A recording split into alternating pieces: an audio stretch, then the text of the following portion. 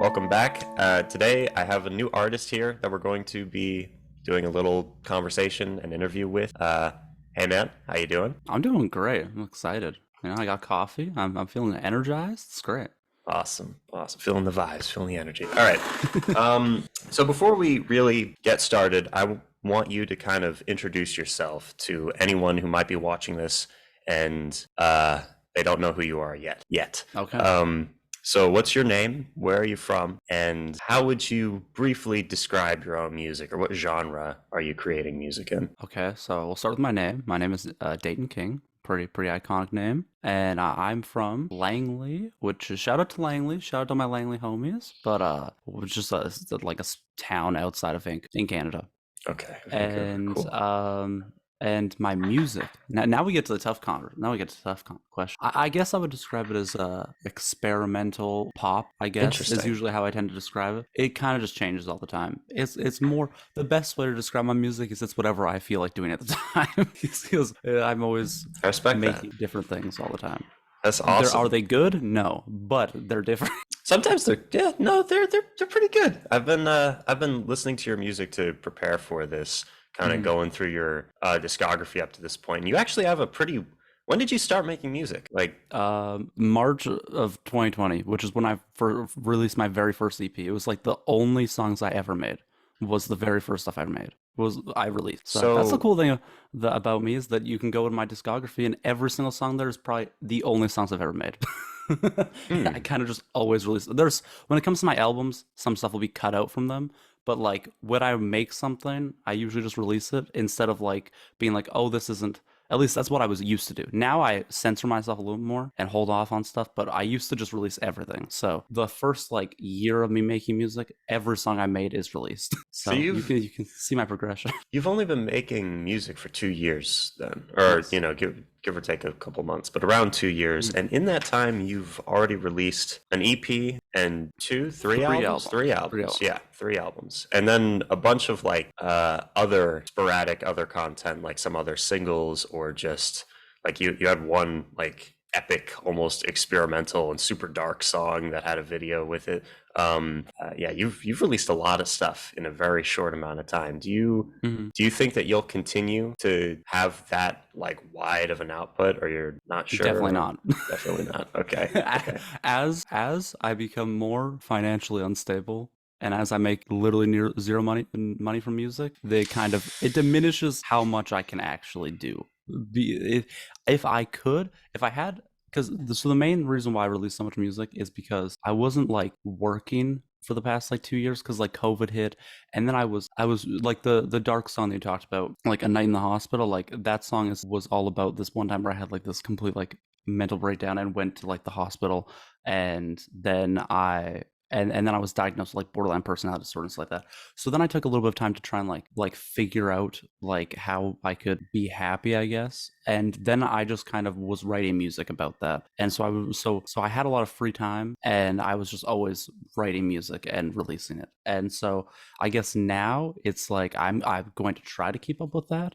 But like recently, like I've taken probably my biggest break from releasing music, which I guess it only ended up being like a couple months, but like that's only because I released like one song in between my last album and my most recent single, but the entire time would have, because it's been like from February to September, so that's like what, 7 months I think. Yeah. So that's like the longest break I've taken from like seriously like releasing music, like with like an actual plan and stuff like that. So I guess my output's going to be diminishing a little bit probably, unless things change. Maybe things will change around. I would love to just keep releasing music, but I do for the next year I'll probably be releasing stuff pretty consistently because I have taken that long break of not releasing anything. So now I have quite a bit of stuff built up, but it will probably not be like I'm not throwing everything anymore. I'm cutting stuff that I don't like, and I'm making sure that I make the best stuff possible, which I was not doing before.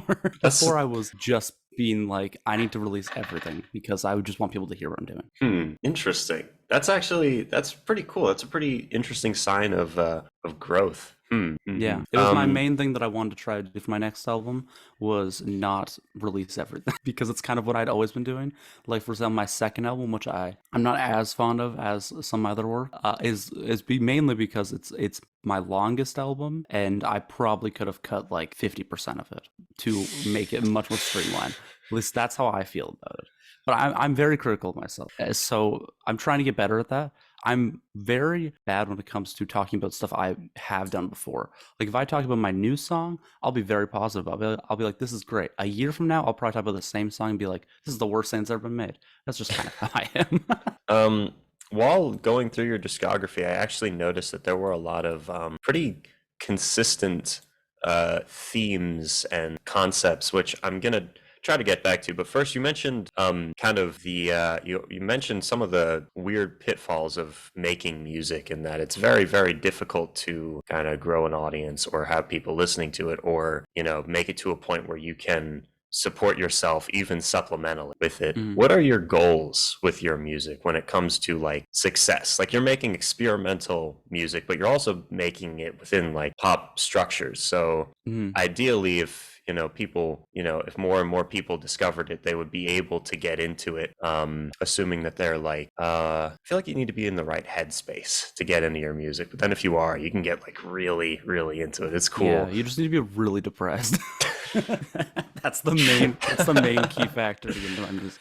Which is interesting because you described it as a few minutes ago. You described your writing process, at least for your earlier work, as trying to figure out how to be happy. Hmm. That's when why I'm still trying to most figure of it out. when most of the music is lyrically some of the most yeah, there's a lot of themes of, like you said, depression or mental illness or yeah, lots of different stuff. But anyway, what is your goals for success in the future? Do you have any? But my biggest goal is that I would just love to do music full time. Well, I have yet to even like perform like a show playing my own music. I would love to do that. That's like the most short-term goal, I guess. Like that's my next goal is to just perform at least one show with my own music because I've never done that before. Hmm. And then after that, the big overarching goal though is just to be able to like afford to do music full time, and that's mainly my biggest goal. I mean, I would love for lots of people to hear it, but that's not like I feel like I would feel more fulfilled if I could just do it full time rather than caring about like just me being able to make music is the thing that feels more fulfilling than people hearing it. Even though I do love when people hear it,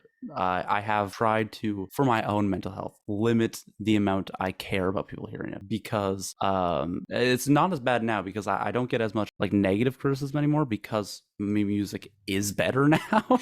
But when I was making music, like especially in the earlier days, that's when I would get like a lot of like people telling me that it was like the worst thing ever. Some people mishearing lyrics and then thinking I was talking about having a small dick or something. That was a very weird occasion, which was very confusing. The hell? It was a very confusing situation because I said something about having BPD, and they thought I said I have a small PP or something. It was confusing.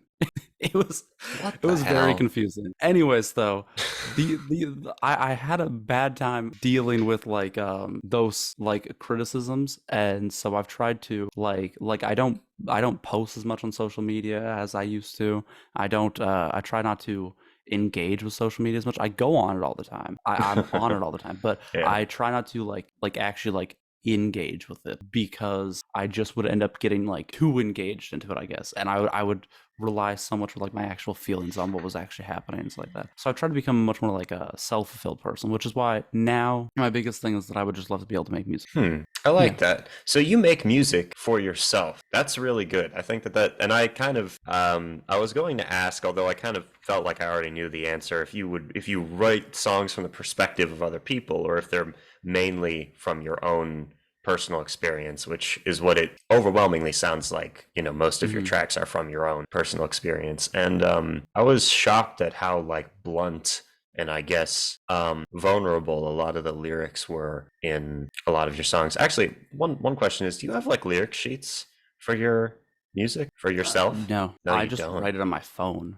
Okay, interesting. Because there were a few, but you mentioned mishearing lyrics. There were a few points where I was trying, I was like, when I went through your discography, I was focusing pretty hard on trying to pick up as much as I could, uh, Mhm. in a relatively short amount of time. But some of the lyrics, like there were a few points where I think, especially on later stuff where you had vocal layers where you were saying like multiple different things at once. Do Mhm. you think that on your future releases will you have written lyrics to go?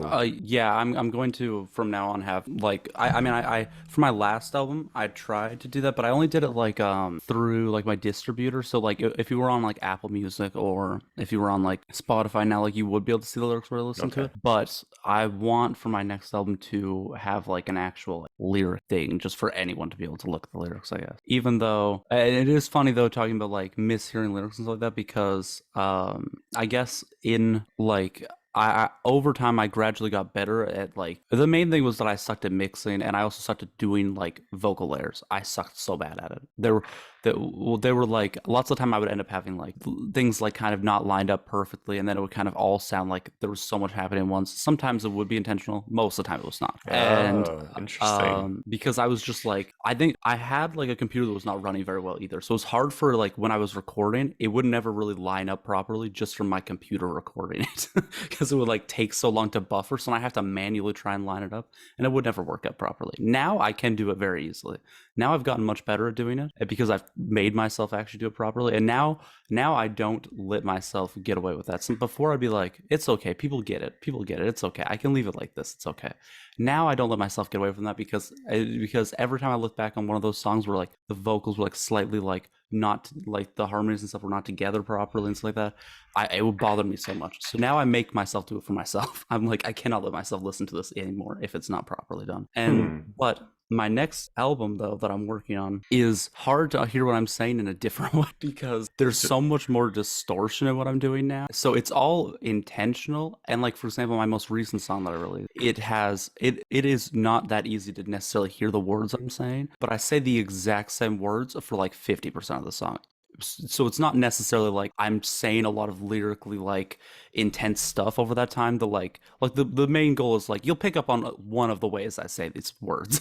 Like you'll pick up on one of them and then understand what I'm saying. And then the parts where I really am saying like a lot of like I'm starting to like actually like say a lot of things, then I'll try and make it so you can understand me a lot better. And I also have tried to make it where like for some other stuff I'm working because there's so much like distortion and my voice is not even necessarily like meant to you're not even necessarily meant to hear like all the words I'm saying. Hmm. Like I whenever there is important words I want you to hear like tend to like take the distortion a little bit away from those parts so you can hear it a little bit better. And I've gotten better at doing stuff like that. So it's not necessarily that you're going to be able to hear every word I say on my next album either, but it will be intentional this time instead of being because of a lack of like skill or time put into it. um, so actually, to talk about your new record, Yeah. everything that I listened to leading up to your new stuff, for the most part, was relatively. I don't really know the right word to describe it because I thought of calling it minimalist, but that's not the right word, really. It's more of there's a focus on your voice in a lot of the like spoken word sections of your earlier music. Mhm. And a lot of the instrumentation is pretty background in a lot of cases. Some cases that wasn't as much. But this new song that you recently released, the instrumentation is a lot more in the forefront. And like you were saying, everything's kind of blended together. Are you focusing more on? And you said, and it's more distorted, and it's almost like it's like a banger.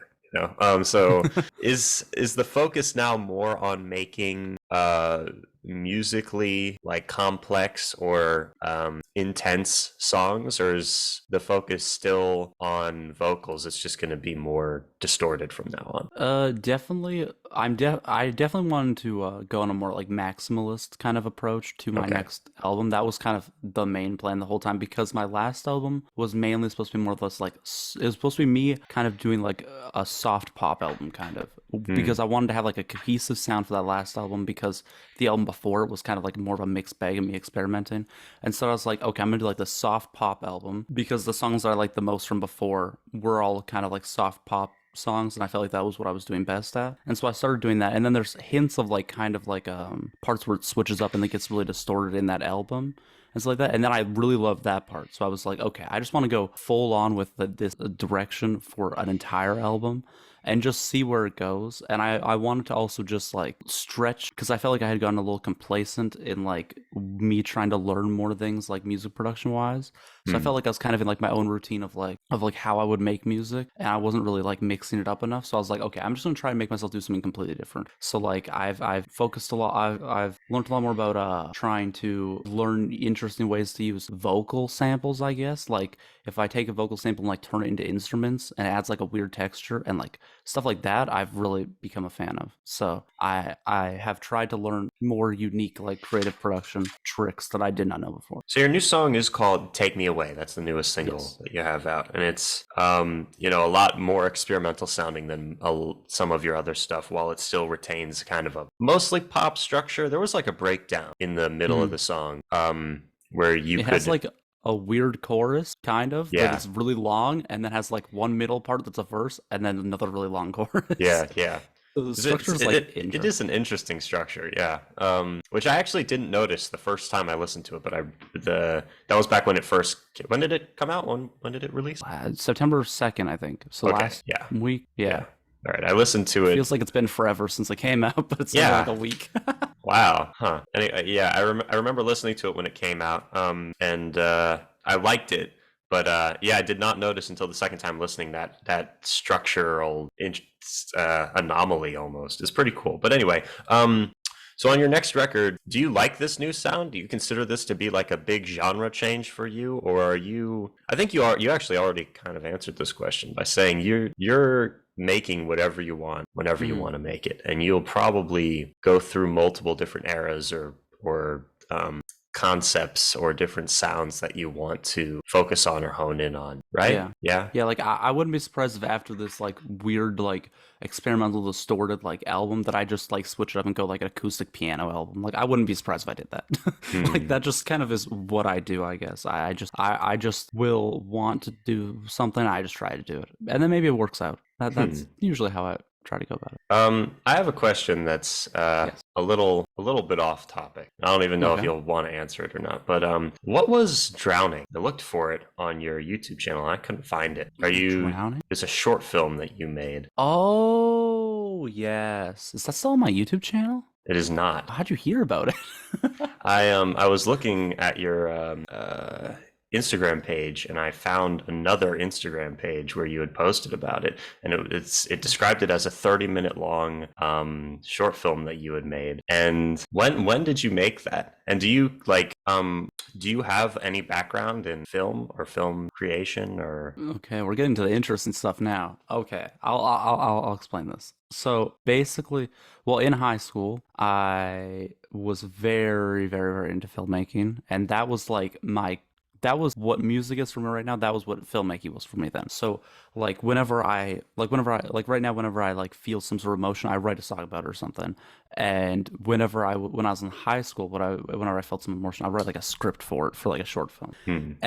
And anyways, though, in basically I started writing this one script that was so basically what this film is. It's called "Drowning: The Excerpt of Emotion." I think that's what I called it. This came out. When was it been? Maybe 2018, I think, is when I released it. 2018. Wow. And so basically what it was like this story of like 2 days where there was like these four different characters, where it was basically this one like guy kills himself, and then it's kind of like and basically you see from his perspective originally, where basically I was not doing good at this time, and so I was kind of writing from my own perspective, and a way for me to work out like how I wasn't like how people in my life weren't necessarily like intentionally out to get me, I guess, was to then be like, what if I wrote a story about like me killing myself, and then part of the short film is also everyone else's perspective of those events that led me to killing myself, and then kind of being like, okay, maybe it's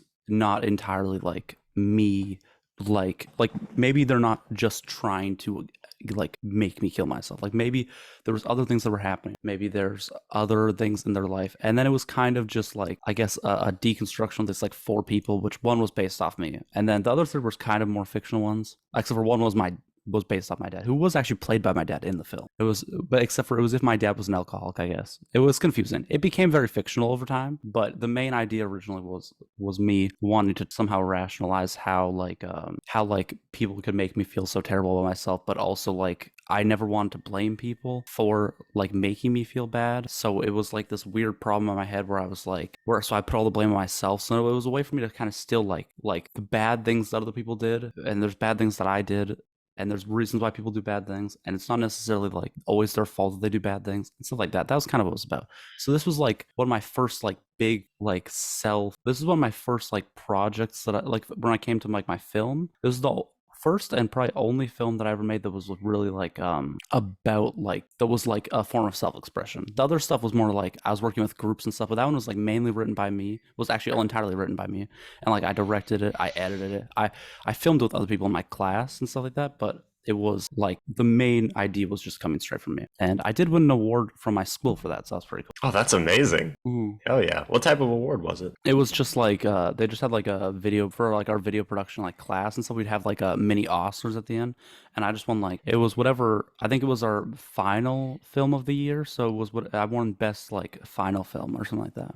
Nice, nice. So that was pretty fun, especially because it was like we were only given like a month to do it too, and so most of the videos were like 5 minutes long, which is why like I described it as like a 30-minute thing, because it was like usually our videos were only like 5 minutes long, and so it was very ambitious for me to do. And yes, that's that. And actually, fun fact, if we connect that back to my music, that is the first time I ever used Logic Pro, because I made little mini scores for that where it's literally just like one note on a synth for each different character. It's just a different note on a synth, basically.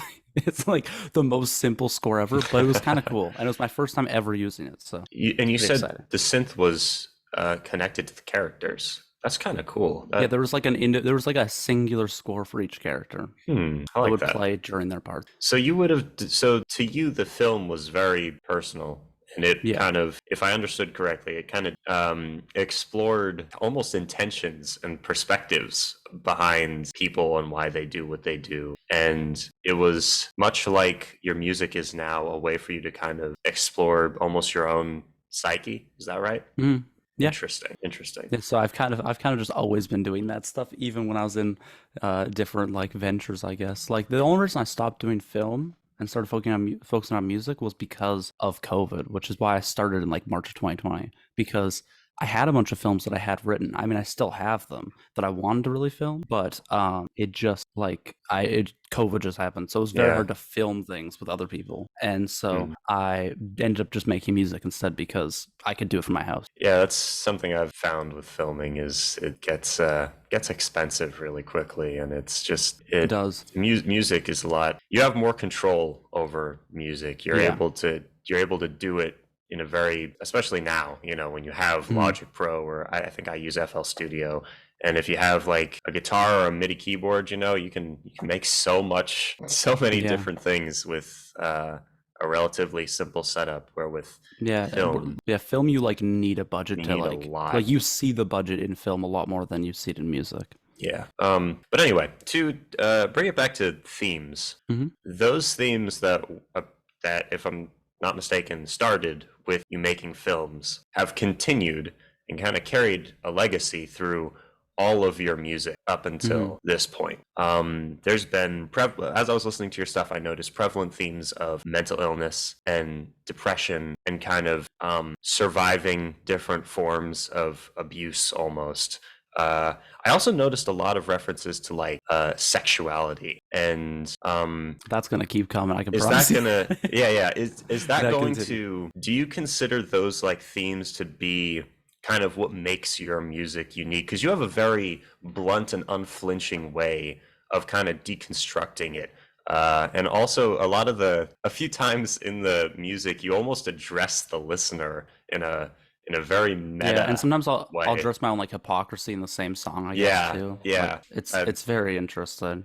I I loved those little moments where the layers just kind of kept compounding on each other, and it lyrically seemed intelligent in a very like specific way. So anyway, what do you think about the themes in your music? Do you how would you describe them? Could you go deeper into them, and how would you are they morphing or changing at all for your new record? Okay. So I guess my themes, you definitely nailed it by saying it's just mainly about mental illness. That's Sure. usually what I'm talking about because it's usually what I'm thinking about, I guess, because like having like a BPD and stuff like that, like I feel the effects pretty daily. So it's very easy for me to come up with ideas for songs based around my mental illness because I am always thinking about it. At least we And can so use it for something. yeah, exactly. So I gotta just profit off it. That's the plan. Yeah. but but yeah, I so that's definitely a main theme. Definitely especially in my first two albums, sexuality was a big theme. Almost because I don't really like I always had I think sexuality is a good way to talk about how I've transformed over the past like 2 years when it comes to my music specifically and as a person. But in I was called like the F slur a lot, or I was called like queer all the time, or people would call me gay and stuff like that, just like all the time throughout school. And so I was very like insecure about appearing gay in high school. Like I was very insecure about appearing gay. And so that though, by the time I finished high school, which was in 2020, I started to like kind of think about it in my head more. And that's why when like I have the song like Adam and Eve, which is mainly about that was like my first like that's actually my most popular song still, I think. But that song's mainly about that's one of the songs where I point out like my own hypocrisy kind of because I was thinking about like writing songs for my album, and then I was like, I feel like I want to write a song about this because it felt interesting to me, but I was like, I can't. But then I started thinking about myself, and I was because I'm really self-critical. I was like, okay, you're saying that you were feeling terrible because you were being called gay, and it's like, what does that mean about you? Like does that make you homophobic then because you were so like upset by people calling you gay? So I was like starting to be self-critical of myself, like why does it like affect you? And so then I kind of just started writing like an entire song about that, and I was like, and I kind of sort of deconstructed in that. I don't think looking back on it, I would have written the song a little bit differently. I don't think I did as good of a job at conveying what I wanted to say as I actually did. And I also think my feelings towards it become a little more like nuanced and more interesting, and I don't feel the same way towards it anymore. So I Okay. feel like if I wrote it now, it would be very different. Because but yeah, so that was what I wrote about that, and it kind of was this weird like feeling in my head where I was like, I shouldn't feel offended by it, but I do, and why Hmm. do I feel that? And then I kind of just that by that song it becomes like by the end of that song it becomes kind of like this like uplifting song kind of. And but then for my next album where I talk a lot more about sexuality, which is my like my masculine deficiency album, that one Yeah. was a lot about like my gender expression and sexuality and stuff like that, because I'd started like thinking about it a lot more, and how I felt towards like my own like gender expression and my own like sexuality. And I was like, I when it came to like my gender specifically, I was like, I don't like dressing strictly like in very like rigid like gender standards and like gender norms and stuff Sure. like that. And so I started exploring dressing differently. And then I would also get a lot of like people from like my family like making a lot of like very like mean comments about it. And so that like mainly fueled what that next album was about. And yeah, so sorry. My throat's dying right now. You're good. Hmm. Okay, so yeah, that was mainly what fueled my next album, and so I explored a lot about like how I felt about like my gender and stuff like that. And by the end of that album, I wanted it to be like this uplifting like end to the album where it's like at the beginning I was very insecure about all these things, and by the end of it, I'm like I have a song called "My Cute Ass" at the end where I'm talking about how people don't like seeing me in like skirt because then they can't see like the shape of my ass in like pants. That's mainly what that song's about. That's literally what that song's about. And that was so it was a way of me taking like these like like dumb kind of things people would like say to me about how like, oh, I shouldn't like dress like that, and then I'd be like, and then giving like a reason that's like so absurd as to why they're saying that, and kind of Sure. just turning it into like a joke as to what they're doing. That was kind of the plan.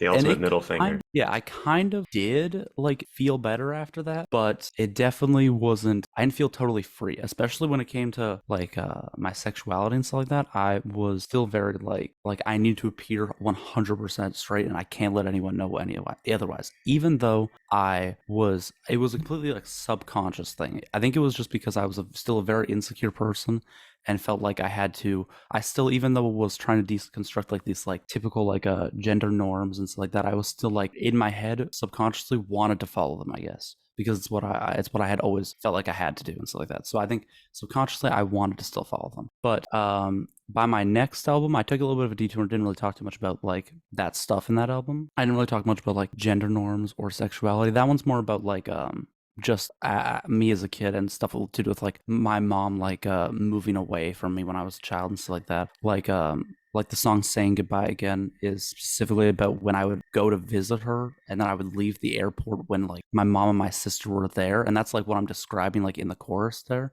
is with like I'm about to get on the plane, and I had just visited them for like 3 days, and then I'm now heading back home. I'm not going to see them for like another like 6 months probably, and so it's like a very like emotional experience. But I don't really touch on like sexuality or gender much in that.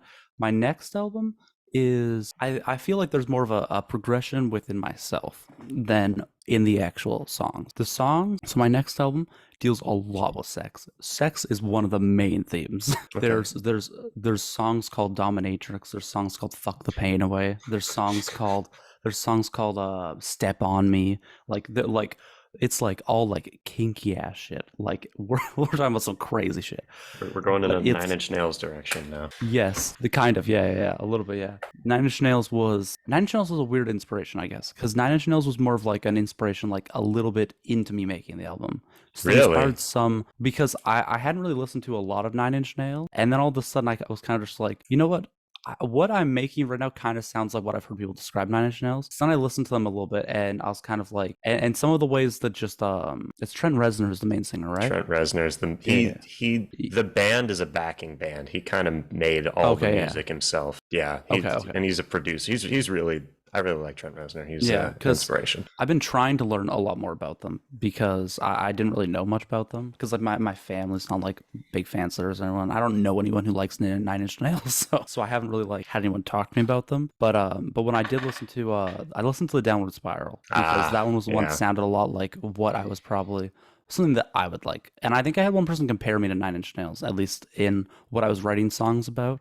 So, because I showed someone one of my unreleased songs, and I think that's when they compared it to Nine Inch Nails, and that's when I listened to Nine Inch Nails. And just some of the ways the Trent Reznor like used his voice, it was probably the place where I took some inspiration. And I found like just some of the very like heartbreaking ways that his voice was used. I liked. yeah. And so yeah, Nine Inch Nails did become a little bit of an inspiration. But my next album, yeah, has a lot of sex, but the way that it kind of changes my sexual changes how I express my sexuality a little bit is I don't think I'm not 100% sure. I have to check through all the lyrics, but I don't think I use pronouns to describe the love interest. I don't think I do, which I felt like was a huge growth for me because, well, one, I didn't feel like it was important to the story because it is two like fictional people. Like it's the album is about like this relationship between like two fictional people, which are like somewhat based on me, somewhat based on other people who I've been with in the past and stuff like that. It's a concoction of like a bunch of different people combined into two different people. Like I'm not even fully one person. I'm like part of both of them, kind of. There's like different.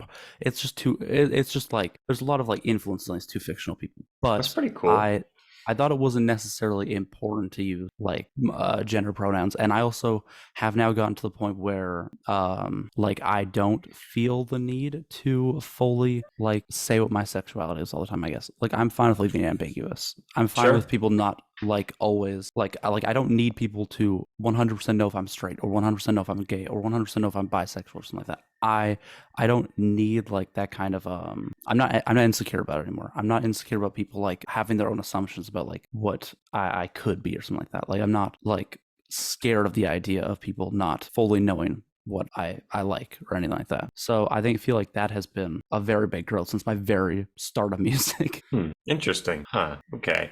Um, That's really cool, actually. I really like that progression because that was a topic in a lot of your earlier. Actually, there was something I wanted to say and I forgot about it, and I'm just remembering it. But a little earlier, we were talking about the song Adam and Eve, and you Mhm. mentioned that about halfway through, there's like this flip where you almost ask yourself if you're being, what'd you say, if you're being homophobic by feeling bad because other people were bullying you or being assholes, you know?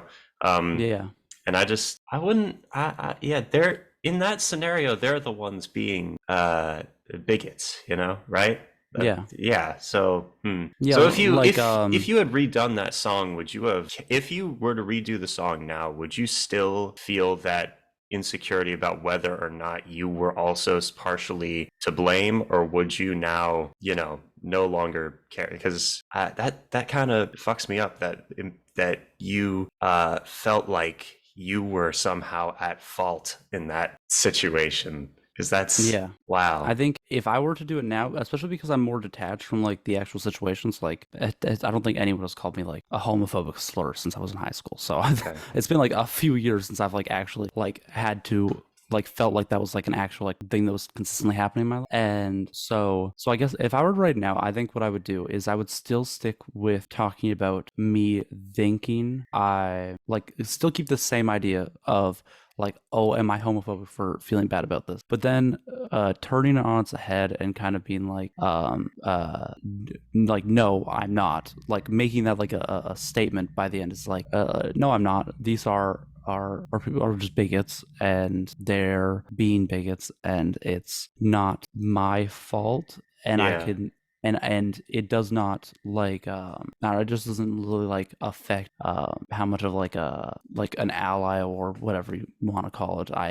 am. Sure. Like it doesn't change that. And there is and to think that it was like my fault for adding the negative connotation to it is I think like was naive of me in the time, even though I think the song is still fine, and because I think it's just a very honest Yeah, it's song. still So honest. I Yeah. think so I think it's just very honest, which makes it that like I don't feel like in the song I'm telling anyone that like this is what you have to feel or this is anything like that. I think it's me just talking about myself, which I think is why like I don't feel like I have to like clarify how I feel about anything or anything like that because like it was just honest for me at that time. But I think that at the time it was naive of me to feel that I feel like, oh, it's my fault for having a negative connotation with being called like the F slur.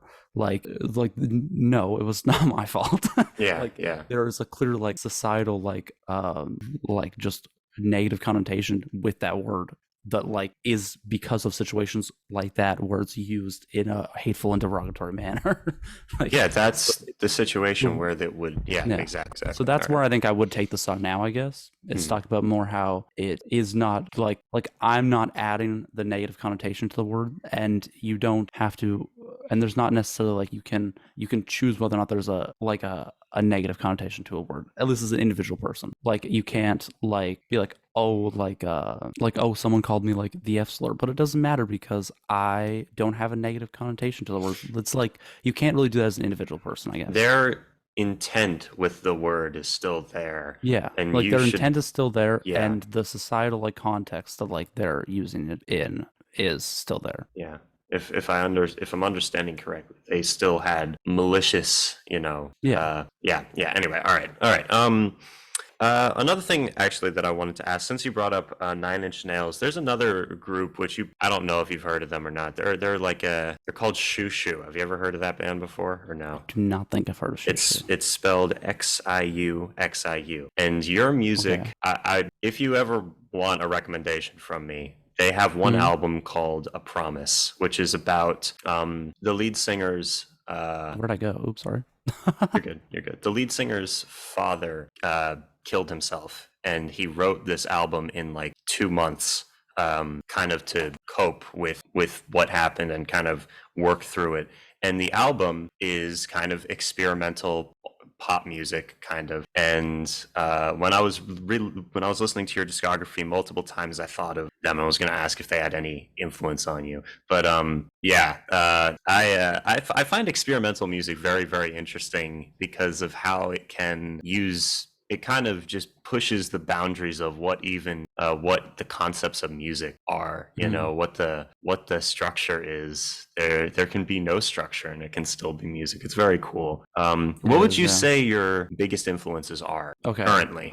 Currently, okay. Currently, yeah, for My your like my new biggest record. influence, yeah, my biggest influences currently would JPEG Mafia definitely has a huge JPEG Mafia. influence right now. Injury Reserve also a huge influence right now. They were probably the biggest influence. Well, at least their by the time I get to Phoenix album was a very big influence on my most recent song that just came out. That was like the main influence on that song. And outside of that, I guess I have started to become a little inspired by, like, for some reason trap has been an interest. Like, trap music has been an interesting like inspiration for me, because I'm not making trap music in the slightest. Like, I'm not even close to trap. I'm not even really that close to making trap music with my actual music. But there's a certain atmosphere, or kind of like a psychedelic kind of feeling that you can get from some trap music, Travis Scott, some Travis Scott music, stuff like that. Even some like Playboy Cardi stuff. Like, there's a different there's this really like aggressive and like kind of psychedelic like feeling towards some like trap music that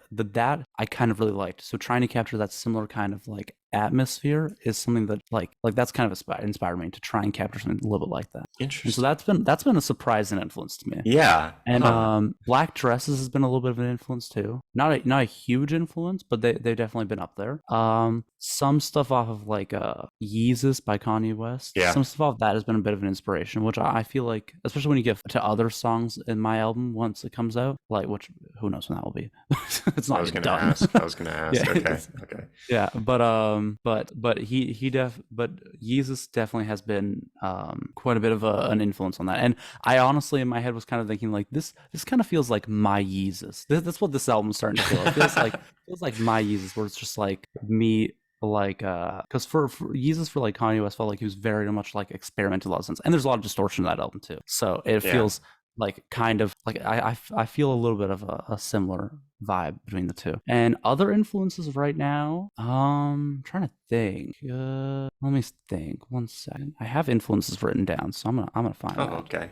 Okay. because that will help me. Oh, I don't know if you know who Cali Cartier is, but Cali Cartier has also been kind of influenced. What's that? He's like How do you spell it? CALI, and then that's Cali, and then Cartier is just CARTIER. He used to go by what was his last name? He used to go by a different name. I Okay. forget what it was though. But yeah, he's like this hyper pop. He's worked with Dylan Brady a little bit on Oh, some like his nice. most recent album. Nice. Okay. Cool. And so he kind of makes like hyper pop, but it has like this like crazy energy to it. And anyways, it's his album Princess is probably one of my favorite albums of the year. But he's been kind of an influence. And Lingua Ignota has actually been Oh, interesting. She's yeah. been an interesting influence She's because freaking amazing. It's yeah, insane. Oh my because God. I've tried to add some more, like, there's another aspect to my next album that is kind of more of this like weird like ambient kind of sound Mm. that is also added to it, kind of along the lines of like a lingua nota stuff and stuff like that. Like, there's an element of that also in the album, along with a bunch of like really distorted like electronic instruments and stuff like that. So that's also been a bit of an influence on some of the sound. Some like Drain Gang people too, like oh, You're I good. keep accidentally doing that. Is Oh, that Blade? Drain like Gang's Blade Blade? and like Yeah. Okay. Young Lean and like Echo 2K and stuff like Oh, that. okay. I've Yeah. had, because they have like this like very like I know some people don't really like them that much, but I find them interesting. they have this weird way of doing vocals, and Yes, they they have a do. very like they always create this like there again, they have like this very like cool atmosphere to their songs. Sure. Like there's like a very like there's like a very thick like atmosphere to it that I really like. Yeah. And I guess another influence too would be like Dorian Electra a little bit too. A little bit of Uh, Dorian Electra in there. yeah, that makes So sense. Yeah. those are Okay. my main influences. Yeah. All right. Cool, cool. And that's for this new stuff For that's the new coming out. album, yeah. Yeah. If you listen to those influences and then look at my other work, it will not make any sense. Sure. Yeah, Look at my that's stuff before this with those influences of mine makes no sense. But I'm my next album anticipating makes sense. this next release to be a pretty like interesting shift in genre and sound. Yeah. And I'm honestly very excited for it because the main thing that I like about your earlier music is the lyrical content. Not that there's anything Mhm. wrong with the music. It's just that's just not really the type of music I generally listen to. Yeah. I like more, or a lot of times I like more abrasive stuff. It depends, obviously. I listen to tons of music, but Hearing that list of influences makes me very excited to hear the music aspect as well. And yeah, so you don't know when this new album is going to come out because it's not finished yet. Is that correct? Yeah, no, it's not finished yet. But Do you there will be have? there's gonna be a lot of singles because the album Ooh, is going to be okay. very long. The Ooh. album So what? the So is it album like a double album? Is it going to be like 2 hours or an hour and a half or? Oh, it's definitely not gonna be 2 hours. Okay. But for me, a very long album is gonna be like an hour. An hour. Okay. Like, because I've released an album that was 45 minutes before, and it did not do very well. So that's why this is like this is why I need to release a lot of singles. Because I don't know if I can, we'll see how things come, because it might be a long time before this album comes out. So we'll see how things change with me, like, with like my following and stuff like that before then. It will depend basically on how much engagement I can get with like the singles, or how much, I'm more just like kind of reading the room, because I want this to do well. I want to do very like as well as possible. So I'm kind of Interesting. trying to like read how people feel, and also like I have a bunch of songs done. I probably have like close to 10 songs done Okay. already. And the album I feel like is like 75% done probably. I think it's probably gonna be around like 15 or 16 songs. And all the songs are like an average of like 4.5 minutes long. So Interesting. like Okay. there's some like pretty long songs, but in like not in like a way that I used to do, where it would just be like the same instrumental over and over again for like on loop for like 8 minutes, like I did my first album. It's some of the songs will be really long because in most of the songs there's like two parts to them. Nice. So Nice. lots of the songs have switch ups in them. Some of them even have multiple switch ups. Like some of them have like, oh god, I'm dying. You're good. No worries, man. Some of them have like one song has like 4 switch ups, I think. It's like, and it's like this, like it even has like a feature on it too. It has a lot in it, and it's like a over 5 minute long song. A feature, huh? A very good feature too, I'm gonna be honest with you. It's like, you should, when I heard this feature, I started crying.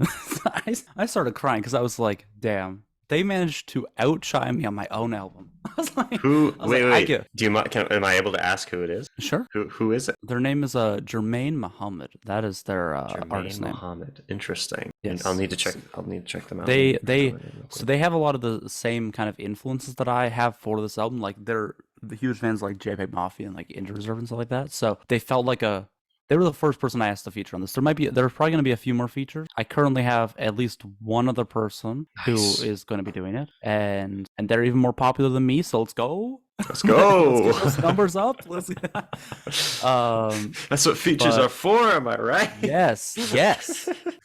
Screw them. I need their audience. Oh my god. I'm not getting my audience. I need their. But yeah. So he's great. He makes kind of like experimental like hip hop music, like alternative hip hop and stuff like that. So he does typically do like rapping most of the time. He like sort of raps on the feature, but the feature is very cool, and that song is a very cool song, and I'm very excited for that one. That one though, don't know if it will come out as a single because it feels a little bit more like an album song, even though I would love to release it as a single only because it's so good and I just love it. But so I might. It's everything is still up in the wind. Like I don't even know what my next single is yet, which is probably concerning because like I already released my last song, so like I should probably figure out what my next song is gonna be. I had a plan, and then I changed my plan because I made a really good song. I had one song ready. I was like, okay, this is gonna be the second single, and then I made another song that was really really good, and I was like, it might have to be this one though. And so now I'm not 100% sure, and I don't know which direction I'll go, but I would expect a new single from me probably sometime in October. Hell yeah. Okay. Awesome. I would assume. And then there's probably going to be consistent singles for up until my album comes out, like around roughly once a month, and they're probably all going to have music videos. When do you have a rough estimation? Will this album release next year? 100% yes. Okay. Definitely not. Do this we year. think it'll be springtime, summertime? I think it'll probably be springtime. Okay. I'm assuming it will probably be around probably March. I would assume probably March. Okay, so March next year is a tentative release. Yeah. Thing. For me, that in my head that makes the most sense. That feels like I have enough time to do everything that I want to do for it. Okay. It could come out earlier if it does, but I do want to have a lot of stuff prepared before it comes out as well, because one thing, like for example, my last album, I wanted to have a lot of like music videos and stuff like this. I actually had a very ambitious idea that I wrote a script to, where it was going to be this hour-long film that had the album in it, and it was like about the album as well. Did Quedeca do that? recently? What's his He name? released a like an hour long like visualizer, It but was it a was like visualizer. yeah, it Okay. was just like it just had like I visualizers forgot throughout. what it But was. Okay. Yeah. yeah, Yeah, you're he right. did. You're right. It was just Maybe like on he'll a do an mountain. actual. I know he's coming out with a new music video soon, so a new album soon. So he might actually have. Maybe he'll do like an actual full movie for that whole thing. Be Who pretty knows cool. though? Anyways, all It right, would be sorry. pretty cool. Back to what you were saying. But Sorry. yeah, I was actually planning on doing that. But the problem was that I planned on doing all this stuff after my album came out. And then after my album came out, I kind of just like didn't have the time, but also didn't I just didn't do it. And so before my next album comes out, I want to have a bunch of like promo stuff. I want to have music videos. I want to have a bunch of stuff done before it comes out that I Yeah. can release after it comes out. Because relying on myself to do it after was not a good idea the last time. Yeah, have everything And like finished yeah. beforehand and scheduled ahead of time so that Yeah, so I want to be like, for example, my music video for my song, because I'm going to be releasing a music video soon. I was going to ask Once I about that. finish Yeah. editing it. Awesome. Awesome. It's still not done, but soon it will come out. But that music video for the song that I just released, I did film like in like July because I wanted to be prepared. So it has, and I mean this song too that just came out, like it's been finished since like December. I held on to it for a very long time because I just didn't because I mean I hadn't even released my last album by that point too. So my last album, I think that was also part of the reason why I didn't have much motivation to like market it or do anything like that, because I was already like 3 months into my next album, so I was kind of like moved on before it even came out. Yeah. Because that album was because I was going to university at the time when it came out, and so the plan was basically to finish that album before I went to university, and then kind of release stuff while I was in university, because I wouldn't be able to work on music while I was really going to school much. And so yeah, that was my main plan. And yeah, so that turned out pretty. All right. Cool. So you have a music video coming out soon. Do Yes. you have an idea of when that's going to happen? Probably next Friday or something like that. Ooh, nice. Okay, I awesome. think it will. I just need to finish it.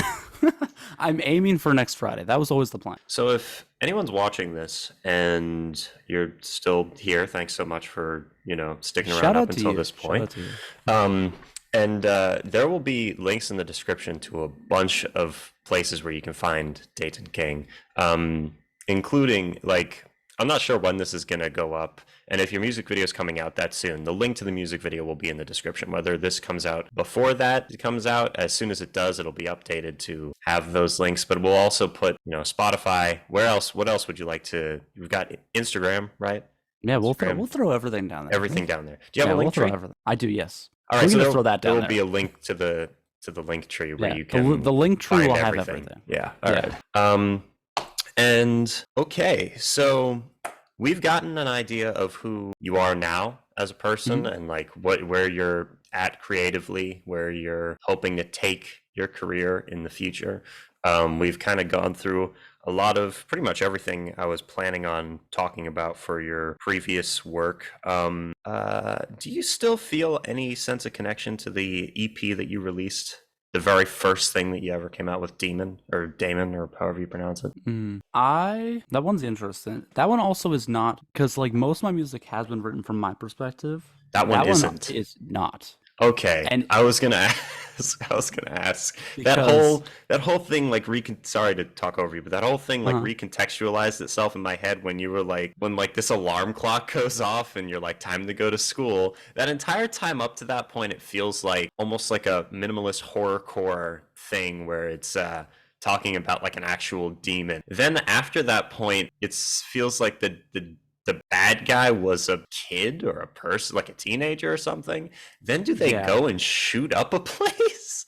And at the end, there's like the machine gun sound, but it's not a machine gun. It's something on a keyboard. I was very, because I had already heard Subjective Units of Disturbance. That was my introduction to your work. And that was, it goes into mental illness and stuff. And then I heard a little bit of Masculine Deficiency in Apple in the Orchard. I did not know this EP existed, and I listened to it and was like, holy shit, what is this?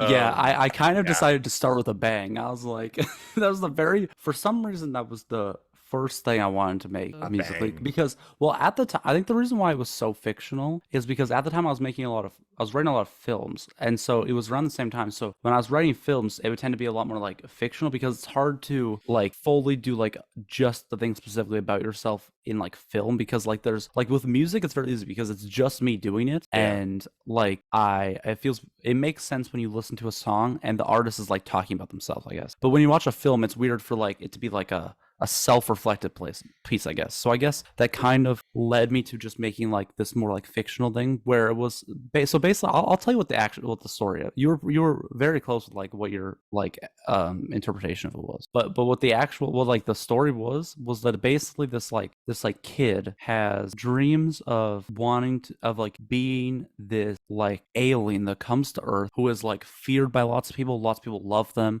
but everyone knows about them, and that's one thing that it talks about that. And so they feel like they feel like very like anyway. So this is like just a dream they're having, which takes up the first 3 songs of the EP, and then the 4th song is them not in the dream. And basically, it's about this kid who feels very like distant from everyone in their life and feels very lonely, and all they want is to just like have people's attention, I guess, and to be like heard and to have their feelings like listened to and stuff like that. And that's mainly what they want. And they find the least healthy way. And that was mainly my idea for that.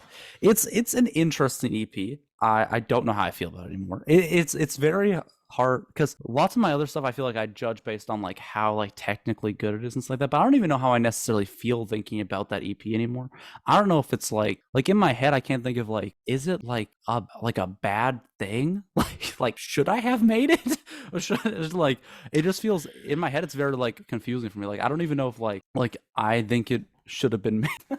Like just from an idea point, like I just don't know how I feel about it. Okay. So for me, I like I do like horrorcore stuff. I like intense, Yeah. like fictional, and I don't know. That's just me. I love horror movies and stuff too. So that's just my opinion. And to me, it was an interesting. Like I don't think it really connects super well with like the rest of your discography, but I still really liked it. It's like it felt almost like a novelty record. Yeah. With the kind of production style, the way a lot of it felt like occult, like chanting different things. Like there was a lot of interesting. I don't know. I liked it. I enjoyed it. So It definitely there's a few people who do like think it's like the best things I've made, which is to me baffling. But like to me it's just like baffling. But it is interesting though because I did like do that and then took a complete departure from that and then never Sure. made anything like it again. Yeah. It was a very weird thing to start because it was the first music I made and I didn't make anything else like it ever again. But the thing that I have been saying to a few people though is that like my next album is kind of like the most similar to my very first EP that I've ever like made.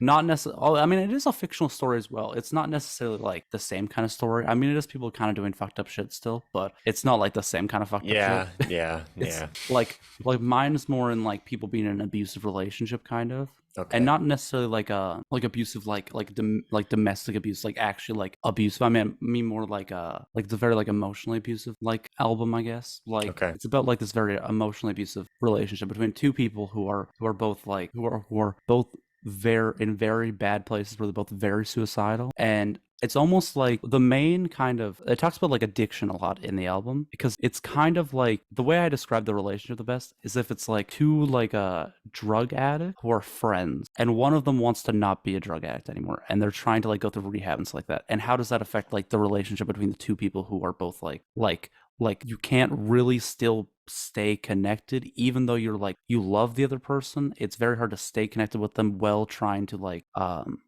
get better and like change how you're living your life, I guess. That is a phenomenal idea for a storyline. I love it. That's Thank so you. great. Wow. It's kind of like so it's kind of like that. I'm super stoked to hear this new record. Hell yeah. All right. I'm glad that it's going over well. I'm glad the idea is connecting. I'm glad that the idea is liked. That's all I need. Yeah. I really like that. Another thing I loved about pretty much all of your records, and it's something that I know some people don't really respond super well to this. Whatever, no one's gonna like everything, but for me personally, I respond very, very strongly to conceptual records or themes that run through things because they make the whole thing feel more worth listening to feel like the artist had overarching intentions for everything, that the album as a whole is intentional, purposeful, and almost rewards the listener for listening to the whole thing, as opposed to, not that there's anything wrong with people who do this other thing, but as opposed to like making very single based music where there's these artists with these huge popular songs and they kind of just, those are their songs, the big popular songs. Then a lot of times the rest of the album will be mostly filler, one or two like banger songs, but you'll skip a bunch of tracks and stuff. I'm very partial to conceptual records, and pretty much all of yours have metaphors all and of them are themes conceptual and stuff running throughout them, and I just love that. And that's one of the things that draws me the most to what you're doing. And I'm really excited to see where it goes in the future. And all right, so we've been talking now for, how long has it been? Has it been like an hour and a half, hour 15 minutes, something like that? Something like that, yeah. All right. And if there's anything you'd like to say to anyone watching, or anything you'd like to kind of close off with, now would be a great time to do that. Okay. Well, I would love it if you all listen to my music. That'd be great. That's the main thing. That's the main thing. Listening to my music would be great. I mean, if you want to listen to it, let me know how it is. That'd be great. I'm always open to feedback. Will I always receive it and actually take it? No, but I will listen to it. I will listen to it if you have feedback for it. But I would much prefer if you listen to it and tell me that it's the best thing you've ever heard. That's much. Yeah, there. Because I'm most likely not going to take your feedback. so just tell me you love it. Thank you. There you go. That's what I have to say to everyone. That's how that works. Okay. And thank you to anyone who does watch this. I really appreciate you all. And thank you so much for joining me, Dayton King. This has been a pleasure, and I feel like I've been let in on something here, because I feel like you're gonna blow up. Like the way you make stuff is, I feel like it'll appeal to a lot of people who are in a specific state of mind, and it will help people work through lots of stuff. And I'm just I can't wait to see that like burst of popularity, I guess, which I can't wait to see it too. I'm excited for it, man. And thank you so much for taking the time to do this interview with this nobody who does not know how to do interviews. I really appreciate you. And all right, I'll see everybody soon. Thank you so much for watching. Deathstroke 9, or Daniel Profeta, however you know me by at this point, out.